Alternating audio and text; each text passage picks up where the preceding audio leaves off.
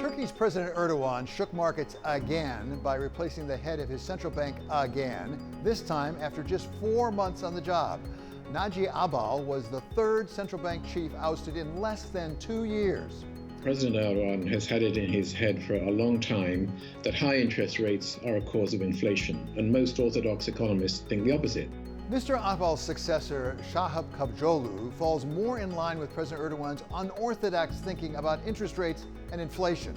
Well, we were really expecting, given the hikes that we've seen from the previous central bank governor, that eventually inflation will start going down, and it would have if they had maintained policies and their credibility.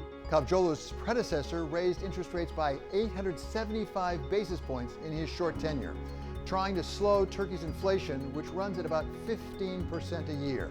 But putting a more dovish central bank chief in place didn't sit well with foreign exchange traders. The lira plunged as much as 15% on the announcement. If you look at how the behavior in the Turkish lira has been versus the rest of emerging markets, it's pretty idiosyncratic. It's its own story. This isn't the first time that the lira has struggled. There was a currency crisis in 2018 after President Trump doubled tariffs on steel and aluminum imports from Turkey. And it stabilized only after the central bank took rates all the way up to 24% for almost a year. By 2019, rate cuts started coming back. Markets didn't like that, even though the new governor has not yet reversed the interest rate hike, which was implemented last Thursday. And he has said that there won't be a further adjustment for another 3 weeks.